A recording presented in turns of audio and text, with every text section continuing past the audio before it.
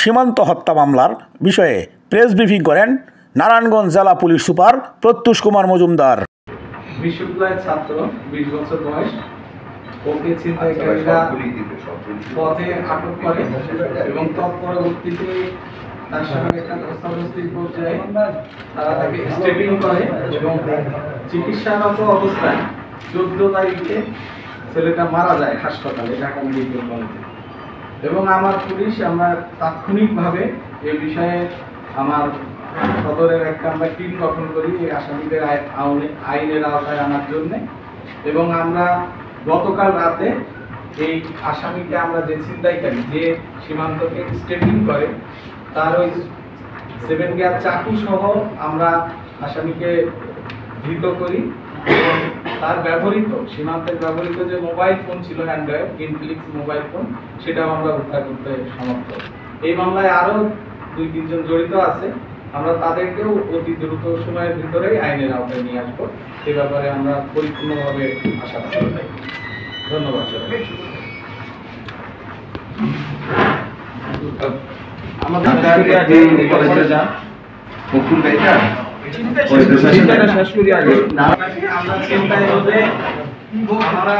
আমাদের সিনিয়র অফিসারদের দিয়ে প্রতিদিন রাতে আমরা আমাদের যে মোবাইল পেট্রোল এবং টিমগুলো আছে সেগুলো সচল রাখার জন্য রাত 12টা থেকে বিশেষত সকাল 7টা পর্যন্ত এইগুলো ঠিকমতো কাজ করছে কিনা এটা মনিটরিং করার জন্য আমার একজন করে অতিরিক্ত পুলিশ সুপারের নেতৃত্বে প্রতিদিন একটা করে টিম থাকে এবং আমরা এটা কঠোরভাবে মনিটর করছি এবং আশা করি যে ছিনতাই মানে পুরোপুরি যে নির্মূল হবে এটা বলতে পারবো না, তবে ছিনতাইয়ের প্রকোপ যে কমে আসবে এই ব্যাপারে আশাবাদী।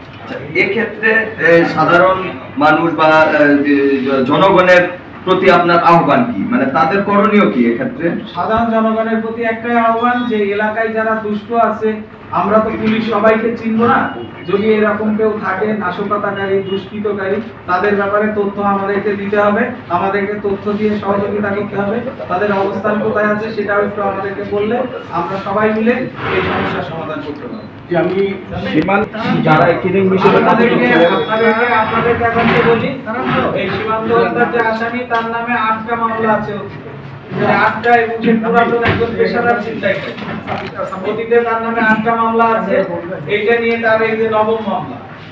তো এটা অবশ্যই ছিনতাইয়ের ঘটনা এবং এই ব্যাপারে কোনো সন্দেহ আছে বলে আমরা মনে করি। এই হত্যাকাণ্ডে কতজন জড়িত ছিল? প্রাথমিক তদন্তে আমাদের এখনো মনে হচ্ছে আমরা 3 জনের নাম পাচ্ছি।